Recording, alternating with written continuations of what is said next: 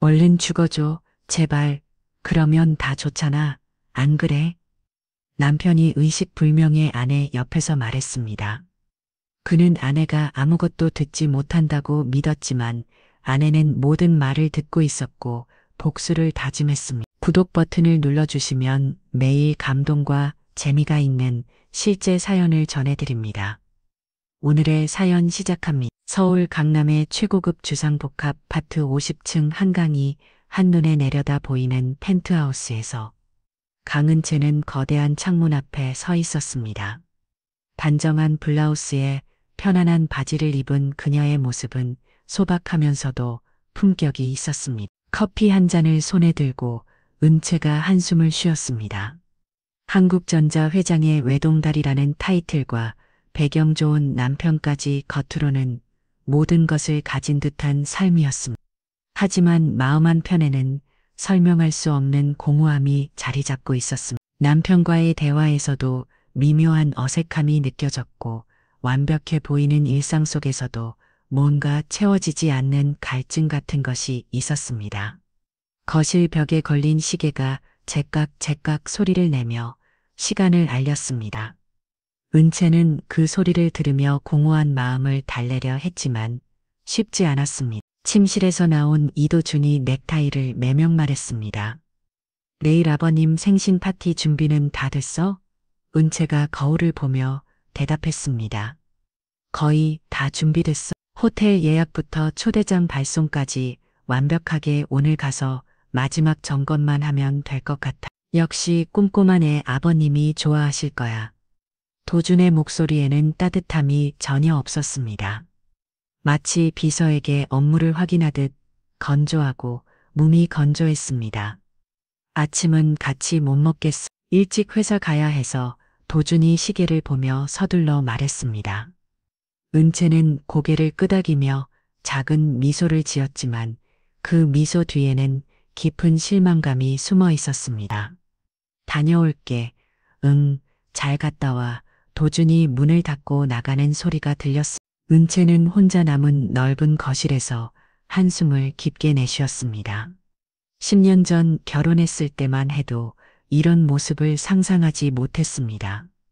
그녀는 다이닝 테이블을 앉아 혼자 아침을 먹기 시작했습니다. 정성스럽게 차린 식사였는데도 혼자 먹는 식사는 턱빈 느낌만 들었습니다. 창밖으로 보이는 한강과 고층 빌딩들이 아침 햇살을 받아 반짝이고 있었지만 그 풍경조차 그녀에게는 차갑게만 느껴졌습니다. 오후 3시 강은채는 파티를 위한 마지막 점검을 마치고 차로 돌아가는 길이었습니다. 운전석에 앉은 그녀의 얼굴에는 하루 종일 파티 준비로 쌓인 피로가 역력했습니다. 이제 집에 가서 좀 쉬어야겠다. 은채가 룸미러로 자신의 모습을 확인하며 중얼거렸습니다. 신호등이 빨간불로 바뀌자 그녀는 잠시 멈췄었습니다. 옆 차선에서는 택시들과 승용차들이 바쁘게 오가고 있었습니다. 신호등이 초록불로 바뀌었습니다. 은채가 엑셀을 밟으며 천천히 출발하려는 순간이었습니다. 갑작스러운 충격과 함께 은채의 차가 옆으로 크게 밀려났습니다. 오른쪽에서 달려온 대형 트럭이 신호를 무시하고 그녀의 차를 들이받은 것이었습니다. 차 안에서 에어백이 터지고 유리창이 산산조각 나는 소리가 귀를 찢었습니다. 은채의 비명소리가 터져 나왔지만 곧이어 그녀의 의식은 어둠 속으로 빨려 들어갔습니다. 주변 사람들이 사고 현장으로 달려왔습니다. 행인들의 급박한 목소리들이 사고 현장을 가득 메웠습니다. 몇 분 후 구급차 사이렌 소리가 요란하게 울리며 현장에 도착했습니다. 응급구조사들이 재빠르게 은채를 들고 새 옮겨 실었습니다. 맥박이 약하고 의식이 잃은 상태입니다. 즉즉 대학병원으로 이송합니다. 한편 회사에서 회의 중이던 이두준의 핸드폰이 울렸습니다. 여보세요. 도준이 회의실에서 나와 전화를 받았습니다. 이두준 씨이신가요? 아내 강은채 씨가 교통사고를 당해서 저희 병원으로 이송되었습니다. 빨리 오시기 바랍니다. 네, 교통사고요. 지금 바로 가겠습니다. 도준이 전화를 끊고 회의실로 돌아가 가방을 챙겼습니다. 동료들이 걱정스러운 표정으로 물었습니다. 무슨 일이세요? 아내가 교통사고를 당했어요. 당장 가봐야겠습니다. 어머, 큰일이네요. 빨리 가보세요. 30분 후 도준이 병원 응급실에 도착했습니다. 간호사가 그를 중환자실로 안내했습니다. 지금 아내 상태가 어느 정도입니까? 도준이 의료진에게 물었습니다. 뇌진탕이 심각해서 의식을 잃었습니다. 검사를 진행 중이지만 언제 의식을 회복할지는 장담하기 어렵습니다. 의사의 설명을 들으며 도준이 고개를 끌어갔습니다.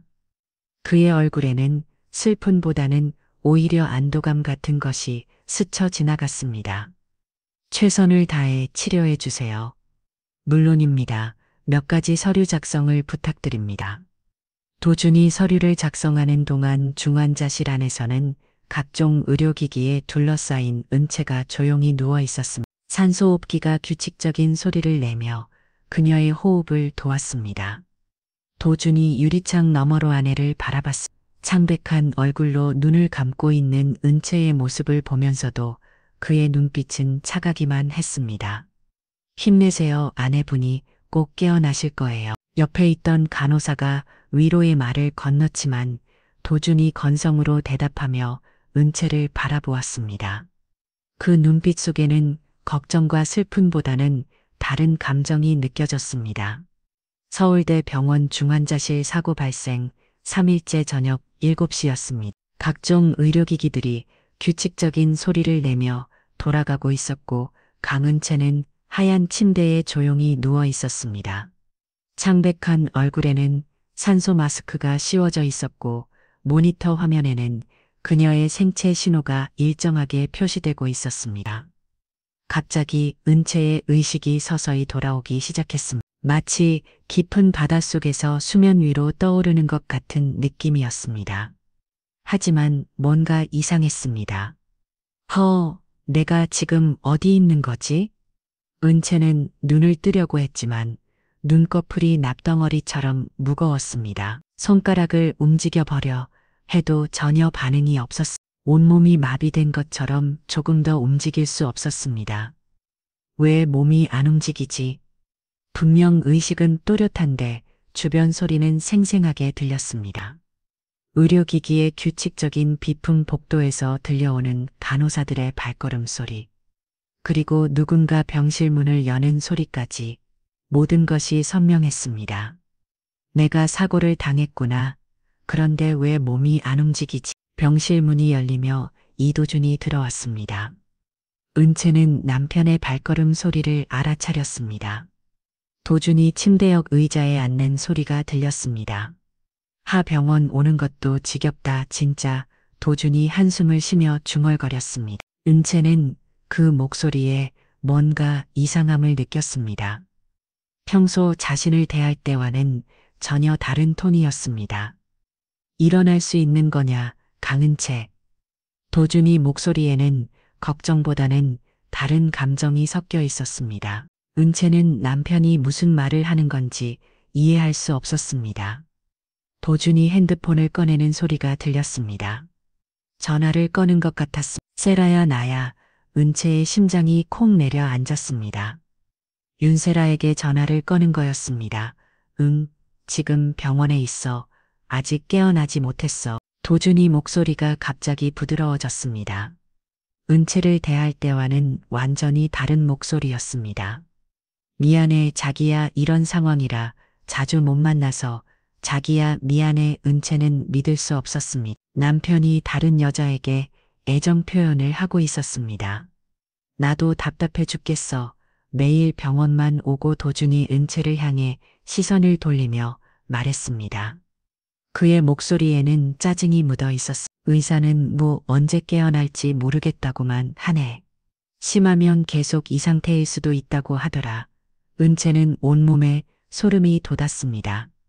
남편의 목소리에서 실망감이 아닌 다른 감정을 느꼈기 때문입니다. 이대로 쭉 안 깨어나는 게 낫지. 남편의 그 말에 은채는 감정 놀랐습니다.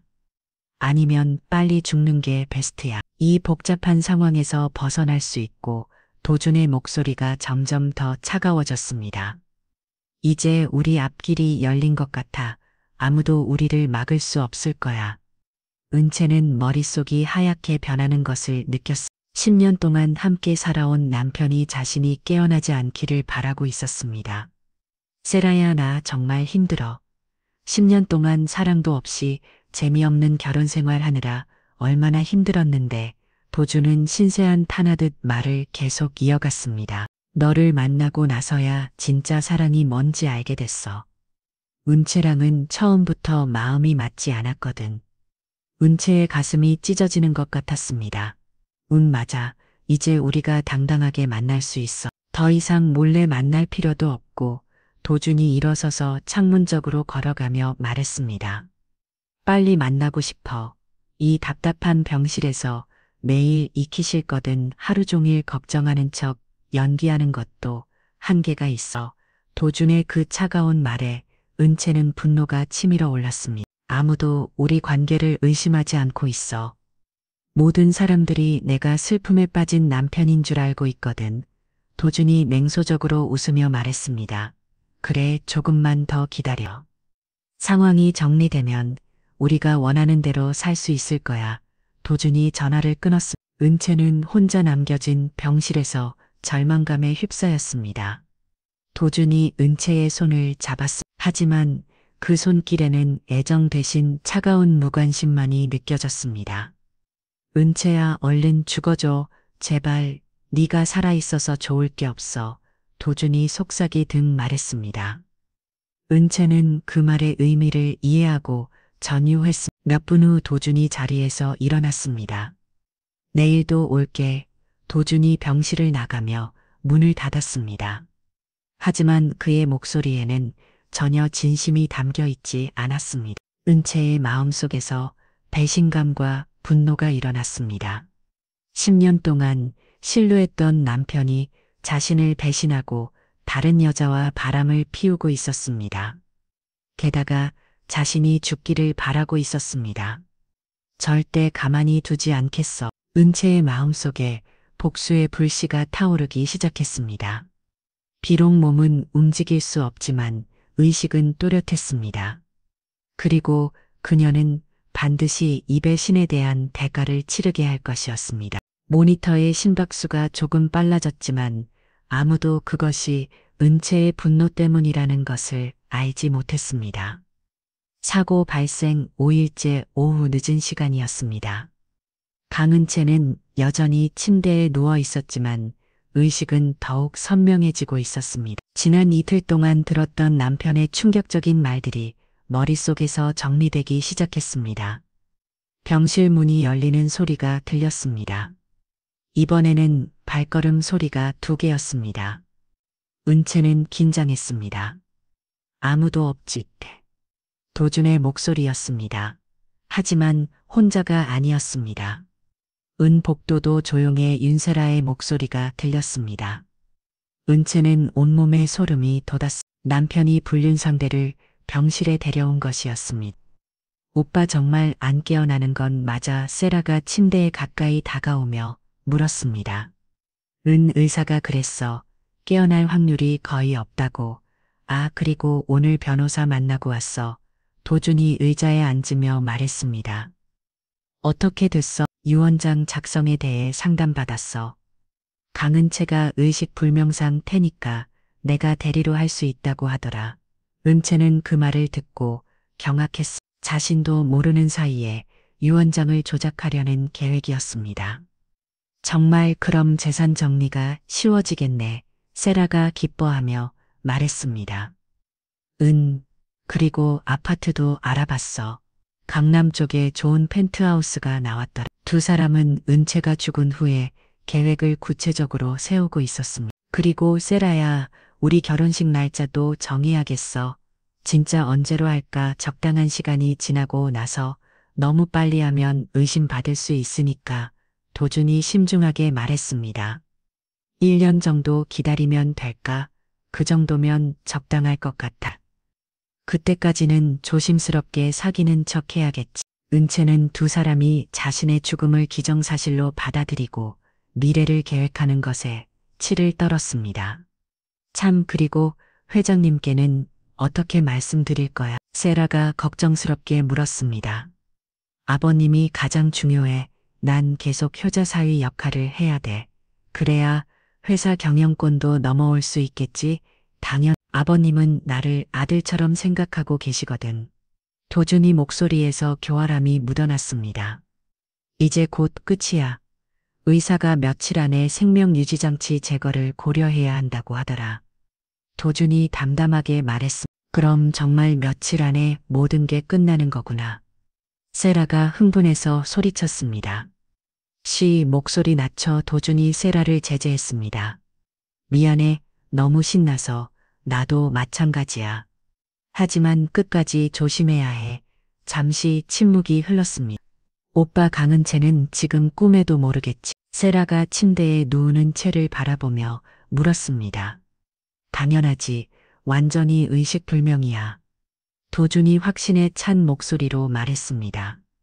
두 사람은 그녀가 모든 것을 듣고 있다는 사실을 전혀 모르고 있었습니다. 강은채 씨, 고마워. 덕분에 우리가 행복하게 살 수 있을 것 같아. 세라가 비웃듯 말했습니다. 은채는 그 말에 분노가 폭발할 것 같았습니다. 이제 정말 자유로워졌어. 도준이 세라를 안으며 말했습니다. 몇 분 후 복도에서 의료진의 목소리가 들려왔습니다. 누가 오는 것 같은데. 세라가 긴장하며 말했습니다. 도준이 갑자기 연기하듯 큰 소리로 말했습니다. 여보, 빨리 나와야 해. 우리 모두 기다리고 있어. 은채 씨, 빨리 회복하세요. 세라도 각자 걱정을 표현했습니다. 은채는 두 사람의 완벽한 연기에 소름이 돋았습니다. 두 사람이 병실을 나간 후 은채는 혼자 남겨진 정적 속에서 분노와 절망에 휩싸였습니다. 남편의 배신도 충격적이었지만 자신의 재산을 노리는 두 사람의 탐욕은 더욱 역겨웠습니다. 이 사람들이 내가 죽기만을 기다리고 있어. 은채는 자신의 상황을 정확히 파악했습니다. 남편과 그의 분륜상대는 자신이 깨어나지 않기를 바라고 있었고 심지어 죽기를 원하고 있었습니다. 절대 그들의 뜻대로 되게 하지 않겠어. 은채의 마음속에서 복수에 대한 의지가 더욱 강해졌습니다. 비록 지금은 아무것도 할 수 없지만 언젠가는 반드시 이들에게 대가를 치르게 할 것이었습니다. 서울대 병원 신경외과의 새로운 소식이 전해졌습니다. 해외에서 연수를 마치고 돌아온 박재성 전문의가 중환자실 담당으로 배정되었다는 것이었습니다. 그는 10년간 미국에서 내 신경외과 전문의로 활동하며 풍부한 경험을 쌓고 돌아온 실력 있는 의사였습니다. 오후세 씨, 박재성은 간호사로부터 담당 환자 명단을 건네받았습니다. VIP 룸 301호 강은채 환자는 교통사고로 인한 중증 내 손상 케이스입니다. 간호사가 설명하는 순간 재성의 손이 멈췄습니다. 강은채라고 하셨나요? 네, 맞습니다. 재성은 그 이름을 듣는 순간 과거의 기억이 물밀듯 밀려오는 것을 느꼈습니다. 하지만 동명이니 가능성도 있었기에 차분함을 유지하려 했습니다. 환자 차트 좀 보여주세요. 차트를 받아든 재성은 생년월일과 기본 정보를 확인했습니다. 나이, 출생지, 모든 것이 그가 기억하는 그 사람과 일치했습니다. 설마 정말 은채인가? 재성의 심장이 빠르게 뛰기 시작했습니다. 10년 전 갑작스럽게 헤어져야 했던 그 사람의 가능성이 높았습니다. 지금 301호 가봐도 될까요? 네, 물론입니다. 다만 남편분이 자주 오시니까 참고하세요. 재성은 긴장한 마음으로 301호 중환자실로 향했습니다. 복도를 걸으며 그는 만약 정말 은채라면 어떻게 해야 할지 고민했습니다. 병실 문 앞에 도착한 재성은 잠시 망설였습니다. 안에서 남자와 여자의 대화 소리가 들려왔습니다. 명확하게 들리진 않았지만 유원장 다행이다. 경영권 같은 단어가 들렸고 환자의 남편이 다른 여자와 부적절한 관계인 것 같았습니다. 조금 더 가까이 귀를 기울였습니다. 그런데 오빠, 이 여자 정말 안 깨어나는 건 맞지? 응, 우리가 모든 걸 차지할 수 있어. 재산도 회사도. 재성은 믿을 수 없는 대화를 듣고 있었습니다. 환자의 남편이 아내의 죽음을 바라며 재산을 노리고 있었던 것입니다. 30분 후 병실에서 남자와 여자가 나오는 소리가 들렸습니다.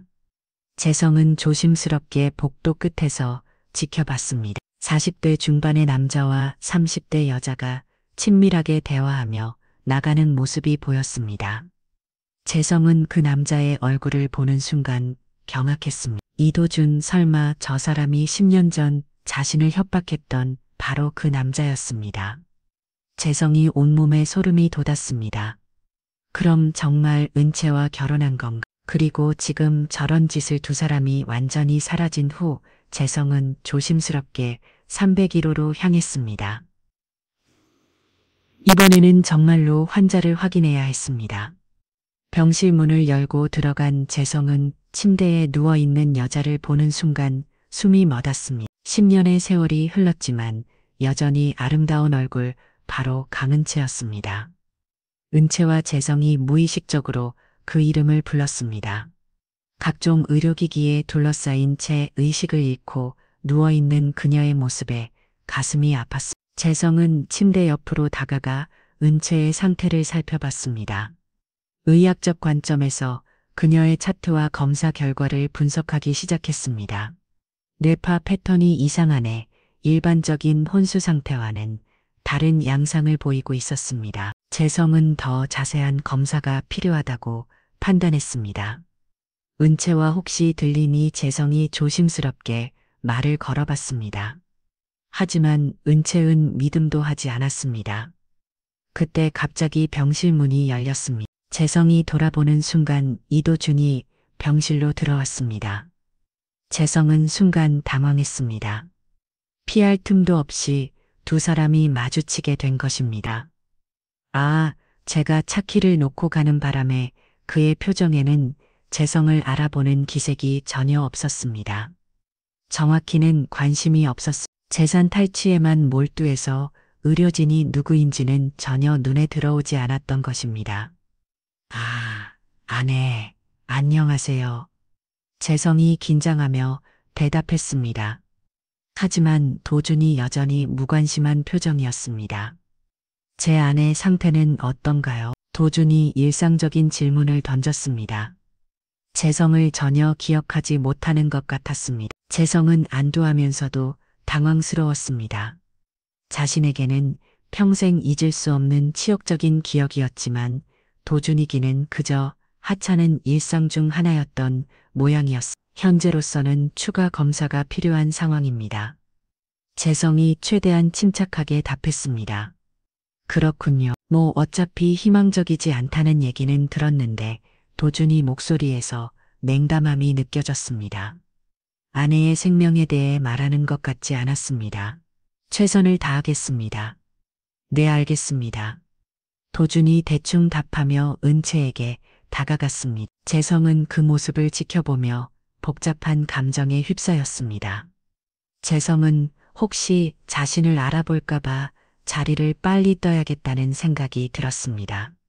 그럼 저는 이만. 재성은 병실을 나와 복도에서 깊은 숨을 쉬었습니다. 다행히 도준이 끝까지 자신을 알아보지 못했습니다. 10년이라는 시간과 도준의 무관심 덕분이었습니다.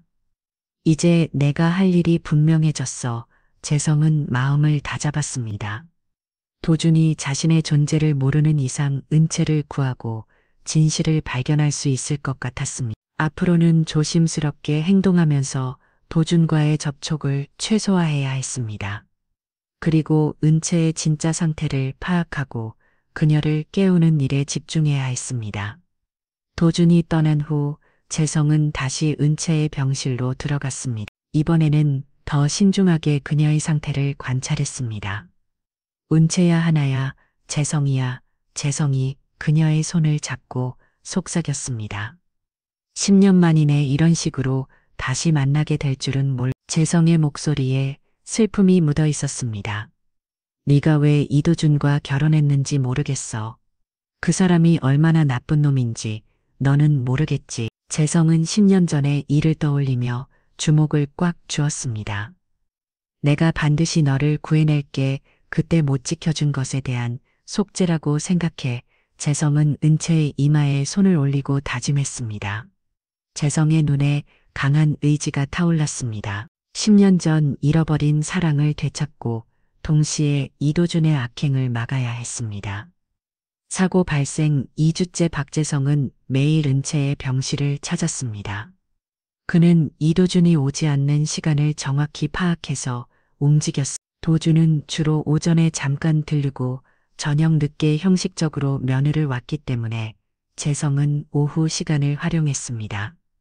은채야 오늘도 왔어. 재성이 병실을 들어서 조용히 말했습니다.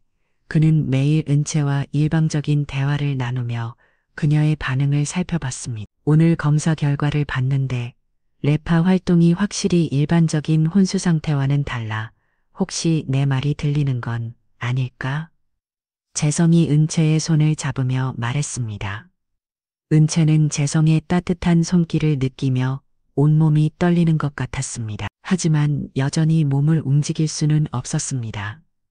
은채야, 사실 나 10년 전 일을 말해주고 싶어. 재성이 의자에 앉으며 깊은 숨을 쉬었습니다. 어차피 네가 듣지 못한다고 생각하니까 이제야 용기가 생기네. 은채는 재성의 목소리에 집중했습니다. 드디어 10년 전 그가 왜 갑자기 사라졌는지 알 수 있을 것 같았습니다. 그때 우리 정말 행복했잖아. 매일 만나고 미래를 꿈꾸고 재성의 목소리에 그리움이 묻어 있었습니다. 네가 의대생인 나를 응원해주고 나는 내 꿈을 지지해주면서 정말 완벽했어. 은채는 그때의 기억을 떠올렸습니다. 대학교 3학년이었던 그때 재성과 함께했던 1년 반이 인생에서 가장 행복한 시간이었습니다. 그런데 갑자기 모든 게 무너졌어. 그날 이도준이 나타났을 때 말이야. 재성의 목소리가 떨리기 시작했습니다. 은채의 심장이 빠르게 뛰었습니다. 이도준이 나한테 와서 말했어. 네가 나한테 더 이상 관심 없다고. 은채는 그 말을 듣고 충격을 받았습니다. 처음에는 믿지 않았어. 하지만 그 사람이 증거를 보여줬거든. 재성이 주목을 주며 말을 이어갔습니다. 네가 다른 남자와 함께 있는 사진들이었어. 친밀하게 대화하고 손을 잡고 은채는 그 순간을 기억해냈습니다. 아버지가 소개해준 사업 파트너의 아들과 몇 번 만났던 적이 있었습니다. 순전히 아버지 때문에 어쩔 수 없이 만난 자리였는데 누군가 그것을 사진으로 찍었던 것 같았습니다. 그리고 이도준이 말했어. 네가 나와의 관계를 정리하고 싶어 한다고 하지만 직접 말하기는 어려워한다고. 재성의 목소리에 고통이 섞여 있었습니다. 그래도 믿지 않았어. 네가 그럴 리 없다고 생각했거든. 그래서 너한테 직접 확인하려고 했어. 그런데 도준이 나를 다시 찾아왔어. 이번에는 협박이었어. 재성의 목소리가 더욱 어두워졌습니다. 내 가족을 건드리겠다고 했어. 우리 아버지 작은 회사를 망하게 할 수 있다고. 은채는 온몸이 얼어붙는 것을 느꼈습니다. 도준이 그런 짓을 했다니. 재성이 은채의 손을 더 꽉 잡았습니다. 도준이 한국전자 회장의 딸을 건드린 대가라고 했어. 감히 내게 접근한 것이 용서할 수 없다고. 그 악마 같은 놈. 은채는 속으로 생각하며 분노로 온몸이 떨렸습니다. 나는 너무 무력했어. 20대 대학생이 재벌과 사람들과 맞설 수 있는 힘이 있겠어. 재성의 목소리에 자괴감이 묻어 있었습니다. 결국 굴복할 수밖에 없었어. 도준이 원하는 대로 내게서 사라지기로 했지. 은채는 그때의 상황을 이제야 이해할 수 있었습니다. 재성이 갑자기 연락을 끊고 사라진 이유를 알겠습니다. 마지막으로 너한테 편지를 쓰려고 했어. 진실을 말하고 싶었거든. 하지만 그것도 허락하지 않았어. 재성이 깊은 한숨을 쉬었습니다. 도준이 말하기 네가 이미 다른 사람을 만나고 있으니까 괜히 방해하지 말라고. 네가 행복하게 살 수 있도록 깨끗하게 포기하라고. 은채는 그 모든 것이 도준이 계획이었다는 것을 깨달았습니다. 처음부터 자신을 차지하기 위한 치밀한 계획이었던 것입니다. 그래서 미국으로 떠났어. 장학금을 받아서 의대를 졸업하고 전문의까지 됐지. 재성의 목소리에 쓸쓸함이 담겨 있었습니다. 10년 동안 너를 잊으려고 노력했어. 하지만 쉽지 않다. 은채는 재성이 고통을 느끼며 가슴이 아팠습니다. 은채는 자신이 도준이의 계략에 완전히 속아 넘어간 것에 분노했어. 지금 이 상황을 보니까 너도 행복하지 않았구나. 재성이 은채의 이마를 쓰다듬었습니다. 병실에서 들은 그들의 대화 정말 충격적이었어. 네가 이런 상황에서도 재산만 노리고 있다. 네 재성의 목소리에 분노가 섞였어. 은채야, 내가 그때 용기가 있었다면, 내 곁을 지켰다면 이런 일은 없었을 텐데. 재성이 자책하며 말했어. 미안해, 정말 미안해. 내가 너를 지키지 못해서. 은채는 울고 싶었습니다. 모든 것이 도준이의 계략이었고 재성은 아무 잘못이 없었습니다. 하지만 이제는 내가 의사가 됐고 너를 구할 수 있는 실력도 생겼어. 재성의 목소리에 결의가 담겼습니다. 반드시 끼워서 진실을 알려줄게. 그리고 이도준의 악행도 발견할 거야. 은채는 재성의 따뜻한 마음에 감동했습니다. 10년이 지나도 여전히 자신을 사랑하고 지키려는 그의 마음이 느껴졌습니다. 은채야, 네가 들을 수 있다면 좋겠어. 내가 얼마나 너를 그리워했는지. 은채가 그 말을 들으며 감동했습니다. 기다려, 반드시 널 구해낼 테니까. 그 순간 은채는 온 힘을 다해 손가락을 움직이려 했어. 재성에게 자신이 모든 것을 듣고 있다는 것을 알려주고 싶었어. 미세하게나마 손가락 끝이 움직였습니다. 하지만 재성은 그것을 알아차리지 못했습니다. 은채는 마음속으로 재성에게 말했습니다. 고마워 재성아, 이제야 모든 것을 알겠어. 재성이 병실을 떠나며 은채는 혼자 남겨진 정적 속에서 새로운 감정에 휩싸였습니다. 분노, 슬픔, 그리고 사랑이 뒤섞인 복잡한 마음이었습니다. 하지만 이제 확실한 것이 있었습니다. 재성이 자신에게 마음이 있고 도준의 모든 악행을 알고 있다는 것, 그리고 그가 자신을 구하려 한다는 것. 은채의 마음속에서 복수의 불꽃이 더욱 뜨겁게 타올랐습니다. 이제는 재성과 함께 도준에게 대가를 치르게 할 수 있을 것 같았습니다. 다음 날 오후 박재성은 평소보다 더 일찍 은채의 병실에 도착했습니다. 어제 고백한 10년 전에 진실이 마음에 걸려 밤새 잠을 이루지 못했던 그였습니다. 혹시나 하는 마음에 은채의 상태를 더 정밀하게 살펴보기로 결심했습니다. 은채야, 오늘도 왔어.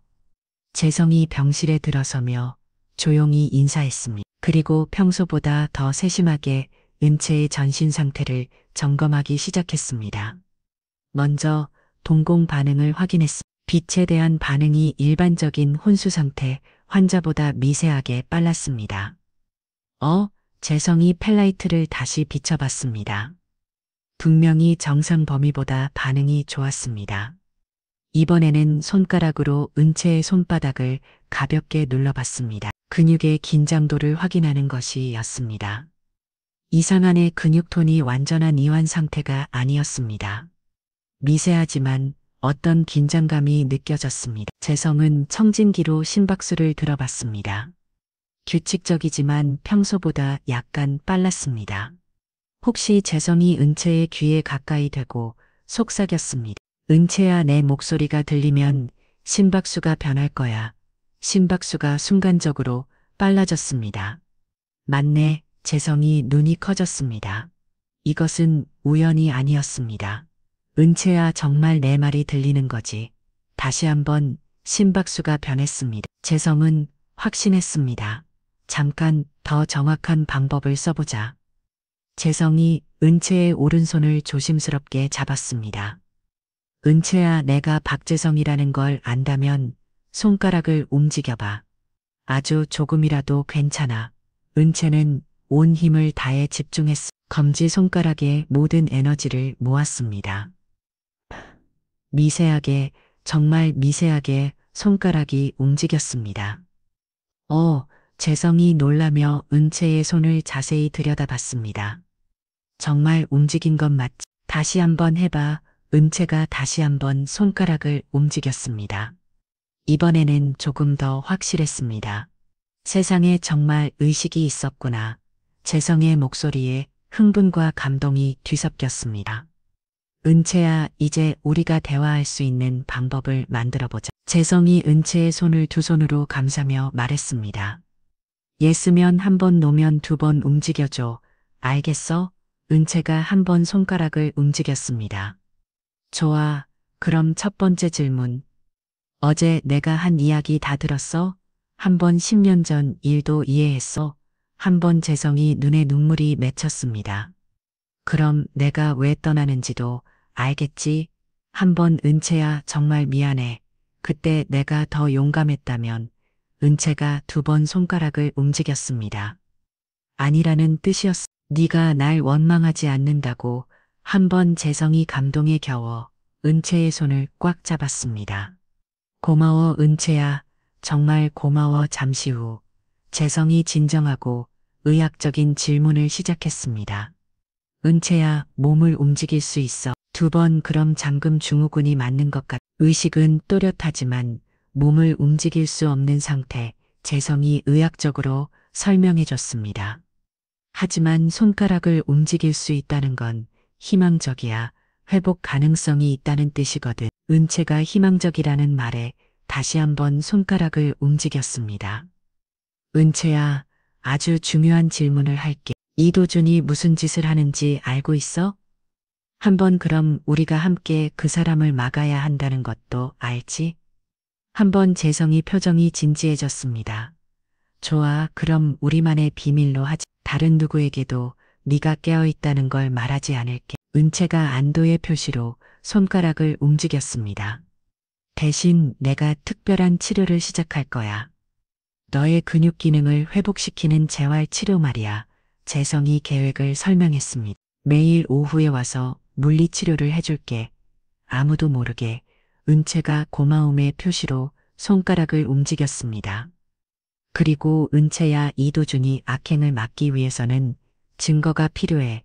혹시 도움이 될 만한 정보가 있으면 알려줘. 한번 우리가 함께 해내자. 재성이 은채의 손을 꽉 잡으며 다짐했습니다. 그때 복도에서 발걸음 소리가 들려왔습니다. 재성이 재빨리 은채의 손을 놓고 의료진다운 자세를 취했습니다. 간호사가 들어와 일상적인 체크를 했습니다. 선생님, 환자 상태는 어떤가요? 안정적입니다. 계속 지켜봐야겠지만. 간호사가 나간 후 재성이 다시 은채에게 다가갔습니다. 은채야, 이제부터 우리의 비밀 시간이 시작이야. 재성이 은채의 팔을 조심스럽게 들어 올렸어. 근육이 굳지 않도록 매일 운동시켜줄게. 재성의 손길이 전문의답게 정확하고 부드러웠습니다. 은채는 10년 만에 느끼는 그의 따뜻한 돌보에 마음이 따뜻해졌습니다.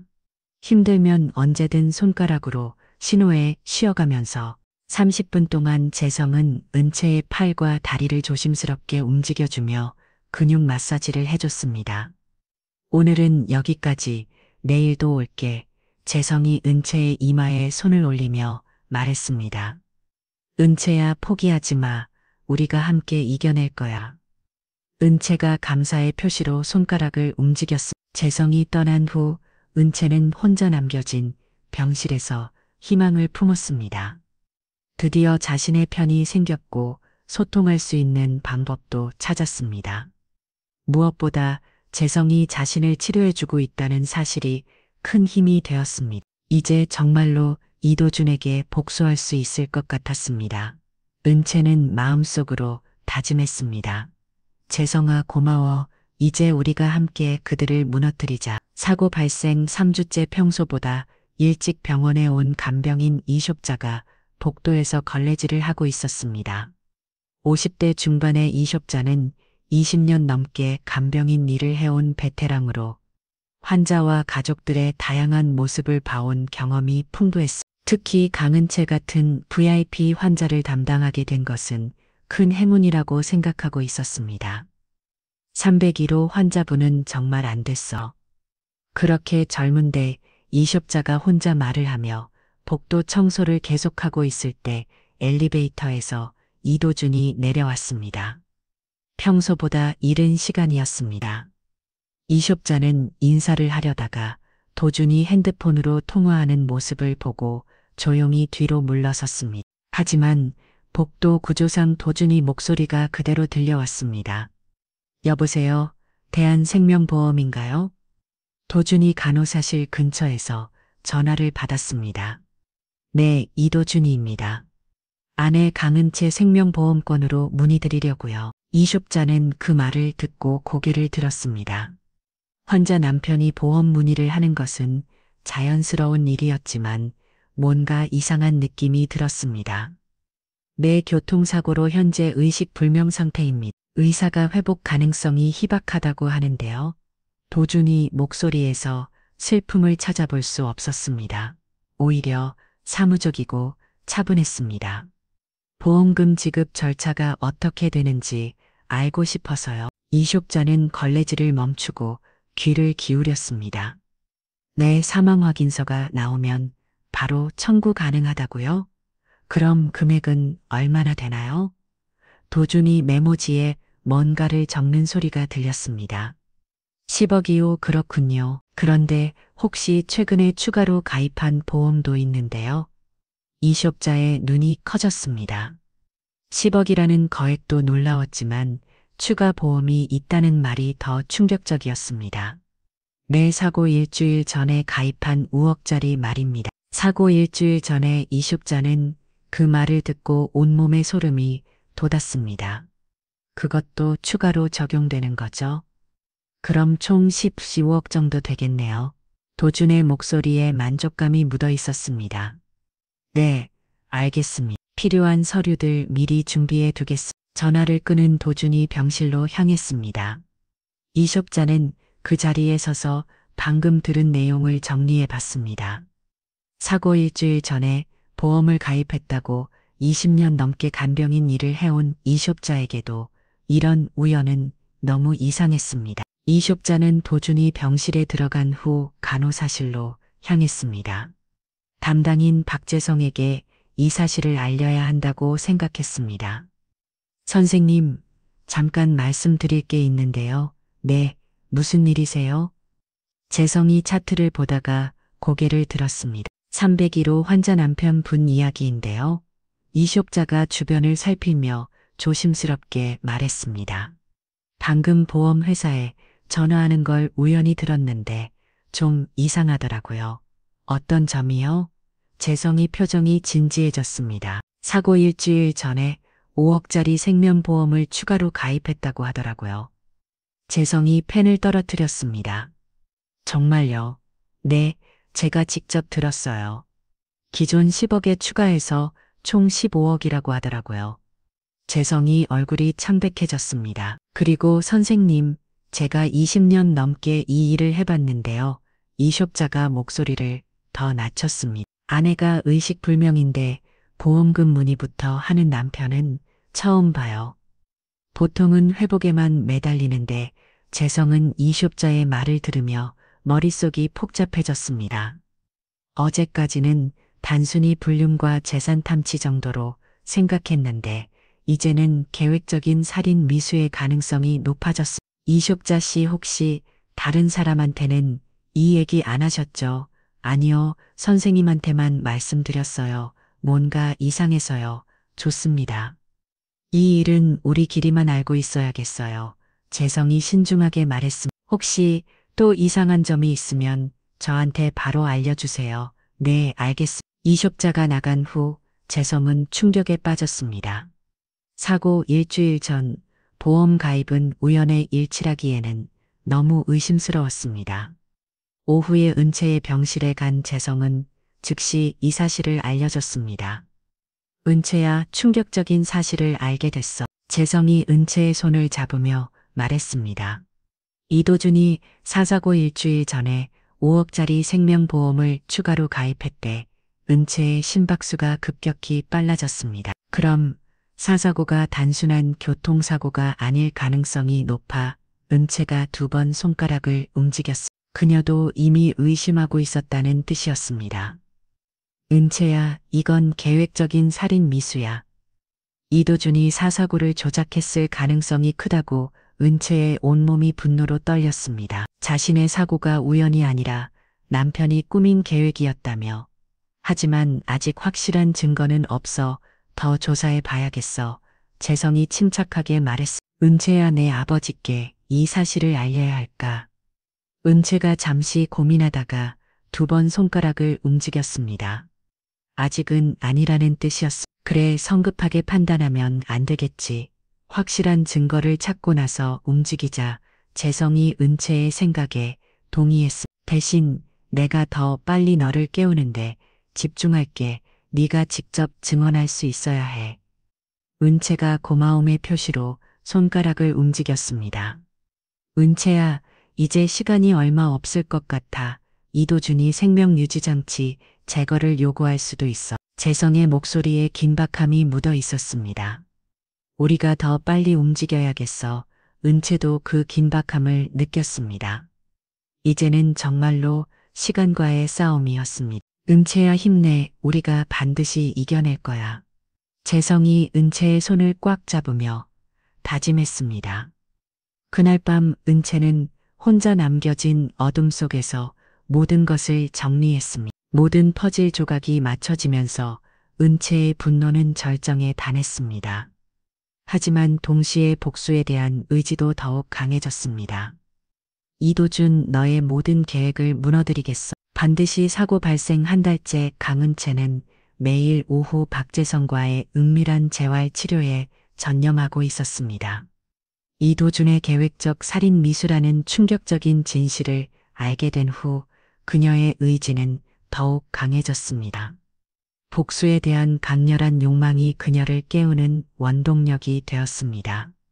은채야, 오늘도 열심히 해보자. 재성이 병실에 들어서며 격려했습니다. 그의 헌신적인 치료는 은채에게 가장 큰 힘이 되었습니다.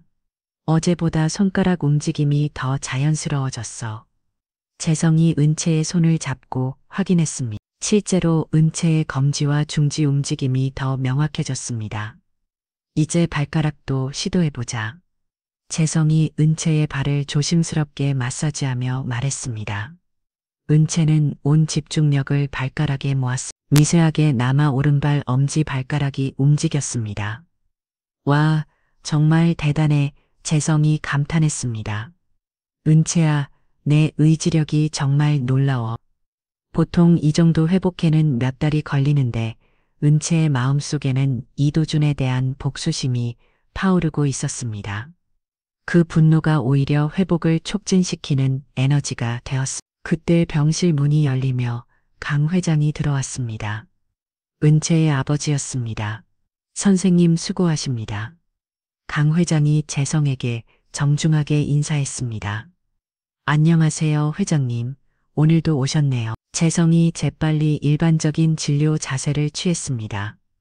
우리 딸 상태는 어떤가요? 강 회장이 걱정스러운 표정으로 물었습니다. 아직 의식해보건 어렵지만 생체 신호는 안정적입니다. 재성이 신중하게 답했습니다. 강 회장이 은채의 침대 옆에 앉았습니다. 은채야, 아빠야.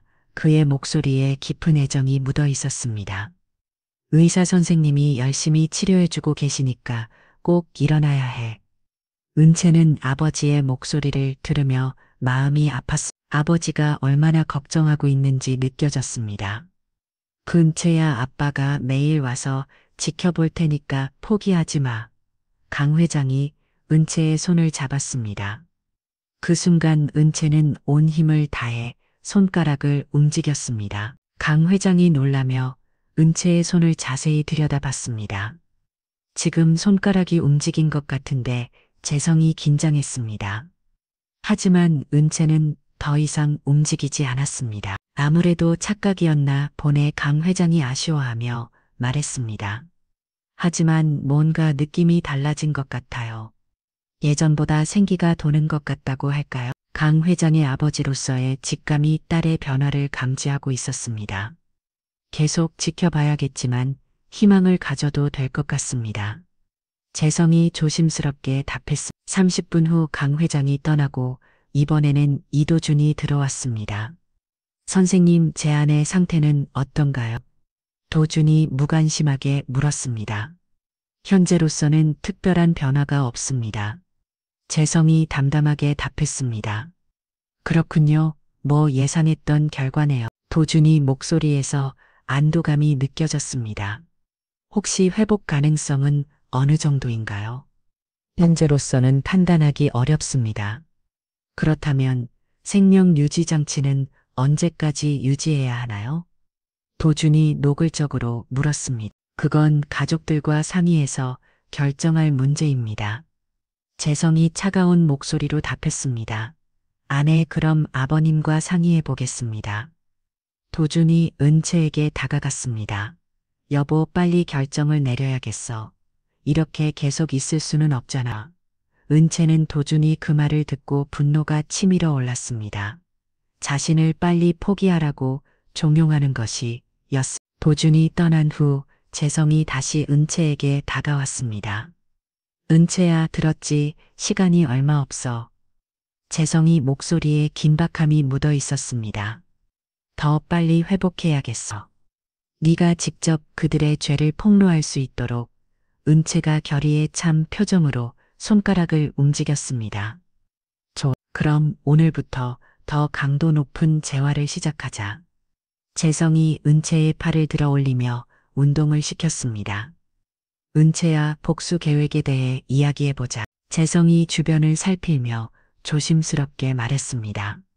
일단 네가 깨어나는 것을 비밀로 유지하면서 이도준이 범죄 증거를 더 수집해야 해.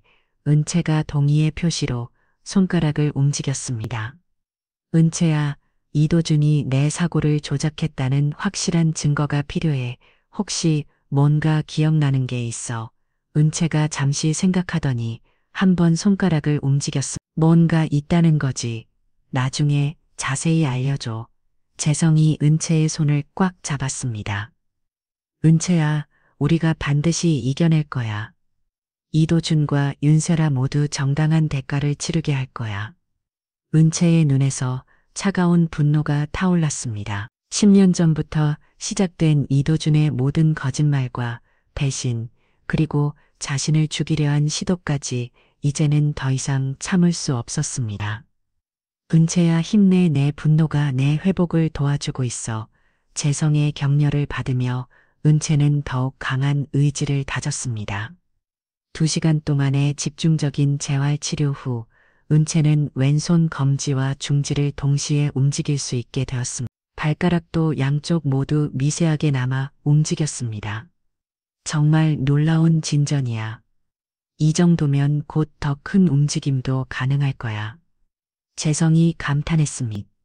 은채야, 복수는 차갑게, 계획은 정교하게 세우자. 은채가 결의에 찬 손가락 움직임으로 답했습니다. 그날 밤 은채는 혼자 남겨진 어둠 속에서 복수 계획을 차근차근 세웠습니다.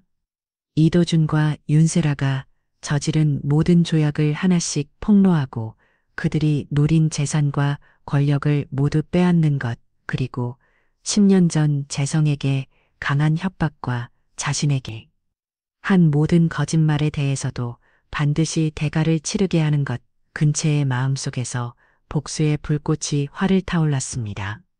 이제 곧 그들이 상상도 못할 역습이 시작될 것이었습니다. 몇 주 후 강은채는 마침내 상체를 일으킬 수 있게 되었습니다. 박재성의 헌신적인 재활 치료와 복수에 대한 강렬한 의지가 기적 같은 회복을 만들어낸 것이었습니다. 재성아, 고마워. 네가 없었다면 불가능했을 거야. 은채가 처음으로 목소리를 냈습니다. 6주 만에 듣는 그녀의 목소리에 재성의 눈에 눈물이 맺혔습니다. 은채야, 정말 다행이야. 재성이 은채의 손을 꽉 잡으며 말했습니다. 이제 본격적인 복수를 시작할 때가 온 것 같아. 은채의 눈에 차가운 결의가 담겨 있었습니다.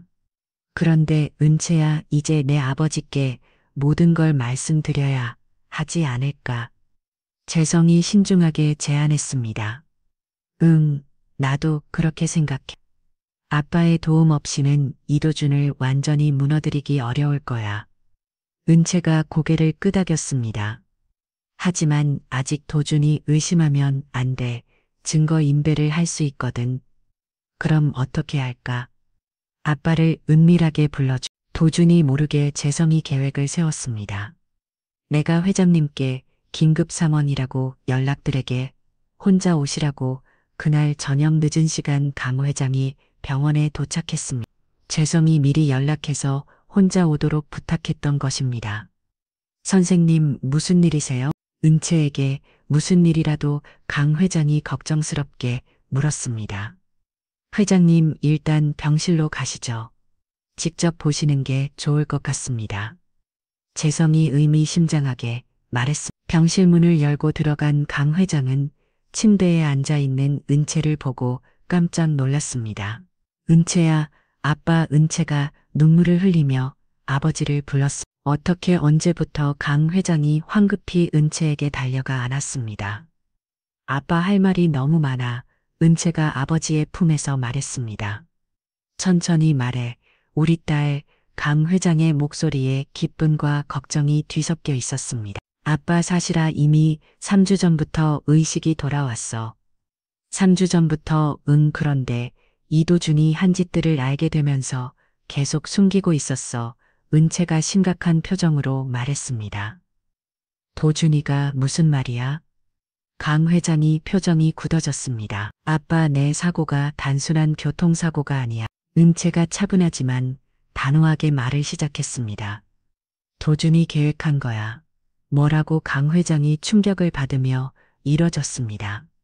사고 일주일 전에 5억짜리 생명보험을 추가로 가입했어. 기존 보험과 합쳐서 총 15억 원이야. 80억? 그리고 이도준은 윤세라라는 여자와 분륜 관계야. 내가 죽으면 그 돈에 경영권까지 더해서 새 출발하려고 했던 거지. 강 회장이 얼굴이 분들로 일그러졌습니다. 그 개자식이. 아빠, 또 충격적인 게 있어. 은채가 재성을 바라보며 말했습니다. 10년 전 내가 사랑했던 사람이 재성이었어. 그런데 이도준이 재성이를 협박해서 내 곁에서 쫓아났어. 협박? 재성이 가족을 해치겠다고 위협했어. 그리고 그 재성이가 바로 옆에 있는 내 담당이야. 강 회장이 재성을 바라봤습니다. 아니, 그러면 내 회장님, 제가 10년 전 은채와 사귀던 박재성입니다. 재성이 고개를 숙이며 인사했습니다. 10년 동안 나는 도준이 날 사랑하는 줄 알았어. 하지만 모든 게 거짓이었어. 강 회장이 주먹을 꽉 쥐었습니다. 이런 일이 내 딸한테. 이런 일이. 아빠, 그런데 아직 끝나지 않았어. 도준은 지금도 내가 빨리 죽기만을 기다리고 있어. 절대 용서할 수 없다. 강 회장이 격분하며 소리쳤습니다. 아빠, 복수는 치밀하게 해야 해. 은채가 아버지를 진정시켰어. 내가 깨어났다는 걸 도준이 알면 증거를 인멸할 수 있어. 그러면 모든 게 슈퍼로 돌아가. 그럼 어떻게 할 거야? 계속 혼수 상태인 척하면서 도준이의 모든 범죄를 파헤칠 거야. 은채의 눈에 차가운 복수심이 타올랐습니다. 아빠, 대학 동기 중에 변호사 아저씨 있잖아. 민석이. 그 분께 도움을 요청해줘. 도준이의 범죄를 법적으로 처리하려면 전문가가 필요해. 강 회장이 고개를 끄덕였습니다. 당장 연락해야겠. 그리고 아빠, 일은 절대 비밀로 해야 해. 도준뿐만 아니라 다른 누구에게도 말하면 안 돼. 알겠다. 우리 딸. 강 회장이 은채의 손을 잡으며 말했습니다.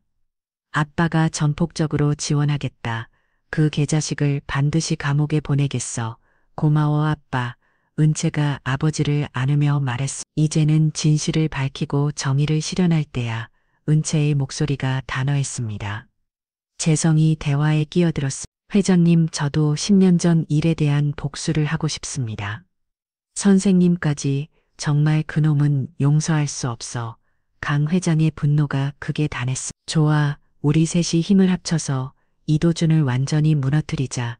은채가 결의에 찬 목소리로 말했습니다. 계획을 구체적으로 세워보자. 2시간 동안 세 사람은 치밀한 복수 계획을 세웠습니다. 최민석 변호사의 도움을 받아 법적 절차를 준비하고 동시에 이도준의 모든 범죄 증거를 수집하기로 했습니다. 은채야 힘들면 언제든 말해. 아빠가 모든 걸 해결해 줄 테니까. 고마워 하지만 이건 내가 직접 해야 하는 일이야. 은채의 의지는 확고했습니다. 내일부터 본격적으로 시작하자. 강 회장이 떠난 후 은채와 재성은 조용히 앉아 있었습니다. 그날 밤 은채는 마음속으로 다짐했습니다. 이도준과 윤세라가 저지른 모든 조약에 대해 반드시 대가를 치르게 하겠다고 복수의 서막이 막 올랐습니다. 강 회장이 은채의 병실을 떠난 다음 날 최민석 변호사가 조용히 병원을 찾았습니다. 60대 초반에 그는 30년 넘게 형사사건을 다뤄온 베테랑 변호사로 강 회장의 대학 동기이자 오랜 친구였습니다.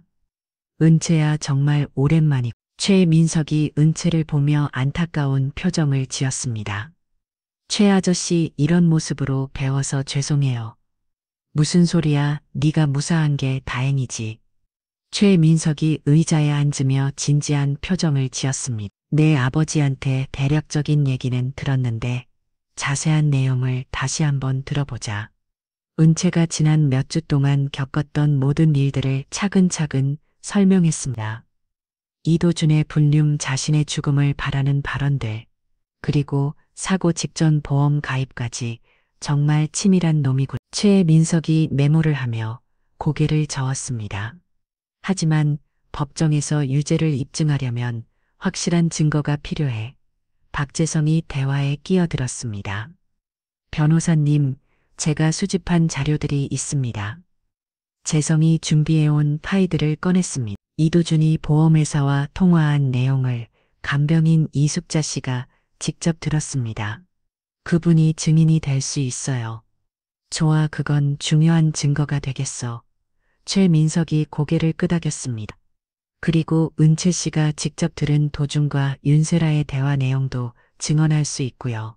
문제는 교통사고 조작을 어떻게 입증하느냐야. 최민석이 고민하며 말했습니다. 제가 사고 당일 CCTV 자료를 분석해 봤는데요. 재성이 또 다른 자료를 꺼냈습니다. 트럭 기사의 행동 패턴이 일반적인 교통사고와는 다릅니다. 어떤 점에서 사고 직후 즉시 도망치려 했고 경찰 조사에서도 일관성 없는 진술을 했어요. 은채가 추가로 말했습니다. 그리고 이도준이 유 원장을 위조하려 했다는 증거도 있어요. 유 원장 위조? 제가 의식 불명 상태일 때 변호사를 만나서 대리 작성에 대해 문의했거든요. 최민석의 표정이 더욱 심각해졌습니다. 이건 명백한 문서 위조 시도야. 처벌받을 수 있어. 은채가 현실적으로 판단했습니다. 맞아. 미수미 교사, 도우미 문서 위조 시도만으로도 충분히 오랫동안 감옥에 보낼 수 있어. 최민석이 확신에 차서 말했습니다. 그때 강 회장이 병실에 들어왔습니다. 민서가 와줘서 고마워. 당연한 일이지. 그런데 정말 놀라운 일이야. 최민석이 강 회장을 바라보며 말했습니다. 이제 구체적인 수사 계획을 세워보자. 강 회장이 의자에 앉으며 말했습니다. 일단 트럭 기사부터 찾아야 해. 최민석이 메모를 보며 말했습니다. 그 사람이 핵심 증인이 될 수 있어. 이도준에게서 돈을 받았다면 은행 거래 내역이 남아 있을 거야. 내가 사립탐정을 고용해서 조사해 볼게. 강 회장이 적극적으로 나섰습니다. 좋아요. 그리고 이도준의 통화 기록도 확인해 봐야 해요. 은채가 추가로 제안했습니다. 통신사에 요청하면 통화 내역을 받을 수 있어. 다만 법원 영장이 필요하지만 최민석이 법적 절차를 설명했습니다. 그럼 검찰에 고발장을 제출해야겠네요. 죄송히 말했습니다. 일주일 후 강 회장이 고용한 사립탐정이 놀라운 사실을 발견했습니다. 회장님 트럭 기사를 찾았습니다. 탐정이 보고서를 제출했습니다. 사고 다음 날 갑자기 큰돈이 계좌에 입금되었습니다. 5천만 원이요. 5천만 원. 강 회장이 놀라며 물었습니다. 네, 그리고 입금자가 이도준의 차명 계좌였습니다. 이것은 결정적인 증거였습니다. 이제 확실해졌어. 최민석이 보고서를 보며 만족스러워했습니다. 그리고 더 놀라운 건 트럭 기사가 협조하겠다고 나섰습니다. 정말 양심의 가책을 느꼈다고 하다군요. 사람이 죽을 뻔했는데 돈 때문에 입을 다물어 있을 수 없다고. 은채는 그 소식을 듣고 안도했습니다. 이제 모든 퍼즐이 맞춰지는구나. 맞아. 이제 윤세라 쪽도 조사해보자. 최민석이 다음 단계를 제시했습니다. 며칠 후 윤세라의 과거도 밝혀졌습니다. 그녀는 이미 다른 기혼 남성들과 관계를 맺으며 금전적 이익을 취해온 전력이 있었습니다. 이 여자도 만만치 않은 전과가 있네. 재성이 자료를 보며 말했습니다. 사기와 공갈 혐의로 2번이나 입건된 적이 있어. 그럼 도준도 이용당한 거네. 은채가 냉소적으로 웃었습니다. 서로 이용한 거겠지. 어쨌든 둘 다 처벌받아야 해.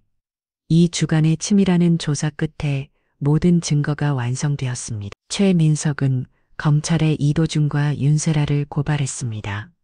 살인 미수, 보험 사기, 문서 위조 시도, 그리고 공갈 협박까지 최민석이 고발장을 정리하며 말했습니다. 이 정도면 두 사람 모두 중형을 받을 거야. 3일 후 검찰이 움직였습니다. 용의자 이도중 윤세라를 살인 미수 및 보험 사기 혐의로 긴급 체포합니다. 수사관들이 수갑을 채우는 순간 도준의 얼굴은 창백해졌습니다. 자, 이게 무슨 제가 뭘 잘못했다는 거죠? 묵비권을 행사할 수 있습니다. 변호사를 선임할 권리도 있고, 하지만 이미 모든 증거가 완성된 상태였습니다. 트럭 기사의 증언 은행거리네요. 보험 가입 기록 그리고 이숙자의 증언까지 완벽한 범죄라고 생각했던 이도중의 계획은 산산조각 났습니다. 병실에서 이 소식을 들은 은채는 조용히 미소 지었습니다. 드디어 끝났구나. 아직 끝나지 않았어. 재판이 남았어. 재성이 은채의 손을 잡으며 말했습니다. 하지만 이제 시작이야. 우리의 새로운 시작 말이야. 은채가 재성을 바라보며 말했습니다. 이도준과 윤세라가 체포된 지 3개월 후 서울중앙지방법원에서 첫 번째 공판이 열렸습니다. 언론의 높은 관심 속에 한국전자 회장달 미수 사건이라는 충격적인 제목으로 연일 보도되었습니다. 강은채는 완전히 회복된 모습으로 증인석에 섰습니다. 6개월 전 죽음의 문턱에서 돌아온 그녀가 직접 진실을 증언하는 순간이었습니다. 증인은 피고인 이도준과 어떤 관계입니까? 검사가 질문했습니다. 10년간 결혼 생활을 유지해온 부부 관계입니다. 은채가 차분하게 답했습니다. 그런데 피고인이 증인을 해치려 했다는 것이 사실입니까? 네, 사실입니다. 은채의 목소리에 흔들림이 없었습니다. 재판정에 앉은 이도중이 고개를 숙였습니다. 한때 자신이 완벽하게 속였다고 생각했던 아내가 모든 것을 알고 있었다는 충격적인 현실을 받아들여야 했습니다. 증인께서는 피고인의 범행을 어떻게 알게 되었습니까? 저는 잠금 증후군 상태였습니다. 몸은 움직일 수 없었지만 의식은 또렷했죠. 은채가 재판부를 바라보며 설명했습니다. 피고인은 제가 의식을 잃었다고 생각하고 병실에서 윤세라와 함께 범행을 잡혔습니다. 도준이 말을 잊지 못했습니다. 이어서 간병인 이숙자가 증인석에 섰습니다. 피고인이 보험회사에 전화하는 것을 직접 들었습니다. 이숙자가 당시 상황을 생생하게 증언했습니다. 사고 일주일 전에 가입한 보험금에 대해 문의하더라고요. 그때 피고인의 태도는 어땠습니까? 전혀 슬퍼하지 않았어요. 오히려 만족스러워하는 것 같았습니다. 재판은 3일간 계속되었습니다. 검찰이 제출한 증거들은 모두 명확하고 일관성이 있었습니다. 은행 거래네요. 보험 가입 기록, CCTV 영상 통화 기록까지 모든 것이 이도준의 범행을 입증했습니다. 반면 이도준과 윤세라 측 변호인들은 변변한 반박을 하지 못했습니다. 피고인들의 범행은 계획적이고 치밀했습니다. 검사가 최종 변론에서 말했습니다. 단순한 욕심을 넘어서 한 사람의 생명을 빼앗으려 했습니다.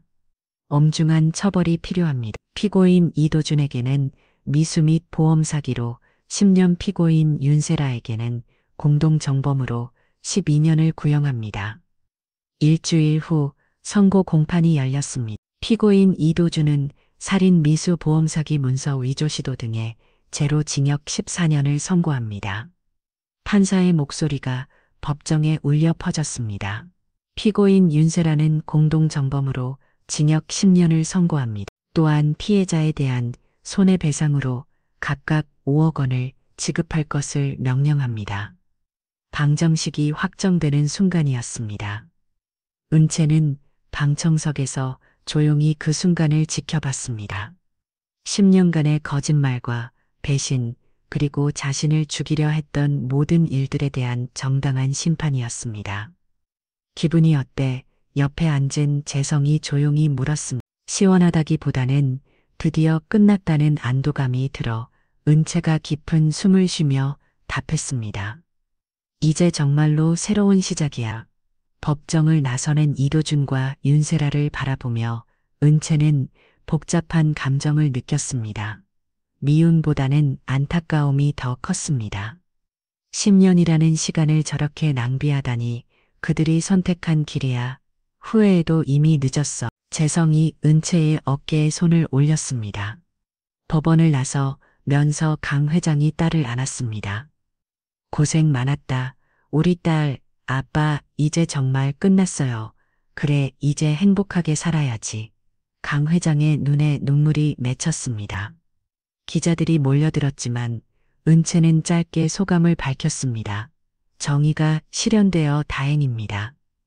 이제 새로운 인생을 살고 싶습니다. 그날 저녁 은채는 혼자 한강을 바라보며 서 있었습니다. 6개월 전 죽음의 문턱에서 돌아오는 후 처음으로 느끼는 완전한 자유였습니다. 모든 진실이 밝혀졌고 정의가 실현되었습니다. 이제 진짜 그녀의 인생이 시작될 차례였습니다. 한강 위로 석영이 지고 있었습니다. 아름답고 평화로운 풍경이었습니다. 은채는 마음속으로 다짐했습니다. 이제 진짜 행복하게 살자. 재성과 함께 드디어 10년간의 악몽이 끝났습니다. 재판이 끝났는지 6개월 후 강은채는 서울 근교의 작은 카페에 앉아 창밖을 바라보고 있었습니다. 봄바람이 벗고 잎을 흩날리며 평화로운 오후를 만들어내고 있었습니다. 더 이상 화려한 강남의 펜트하우스가 아닌 조용하고 따뜻한 곳에서의 새로운 일상이었습니다. 생각이 많아 보이네. 박재성이 커피 2잔을 들고 다가와 은채 맞은편에 앉았습니다. 이제 그는 더 이상 의사가운을 입지 않고 편안한 셔츠 차림이었습니다. 그냥 예전 일들을 정리하고 있었어. 은채가 따뜻한 미소를 지으며 답했습니다. 아직도 힘들어?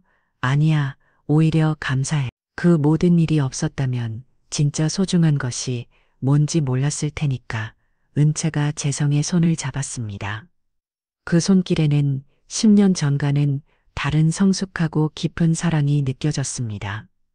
아빠는 처음에는 걱정하시더니 요즘은 오히려 더 좋아하셔.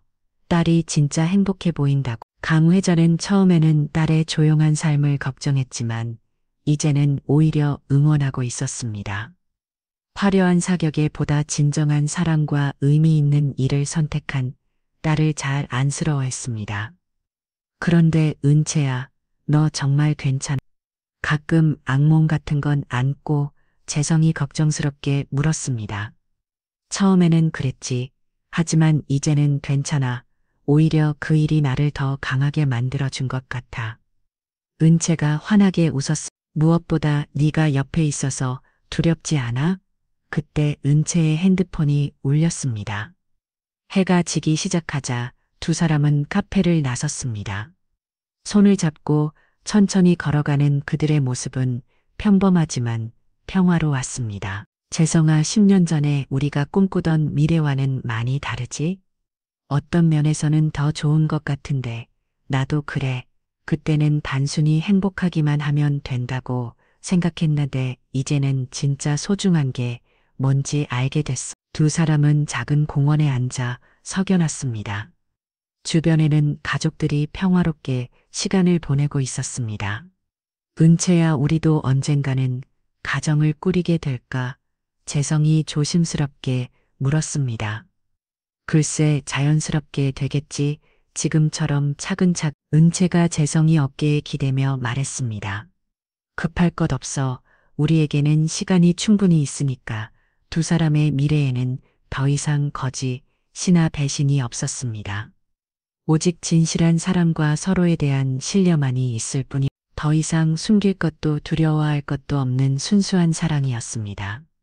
10년의 기다림 끝에 찾은 진정한 행복이었습니다.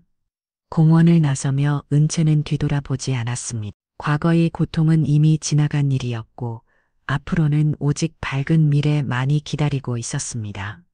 재성과 함께 걸어가는 길 위에 달 빛이 따뜻하게 내려앉았습니다. 평범하지만 진실한, 그리고 무엇보다 평화로운 그들만의 새로운 이야기가 조용히 시작되고 있었습니다. 오늘 이야기 어떠셨나요? 혹시 마지막까지 들어주신 분이 계시다면 잘 들었다고 댓글 하나만 남겨주세요.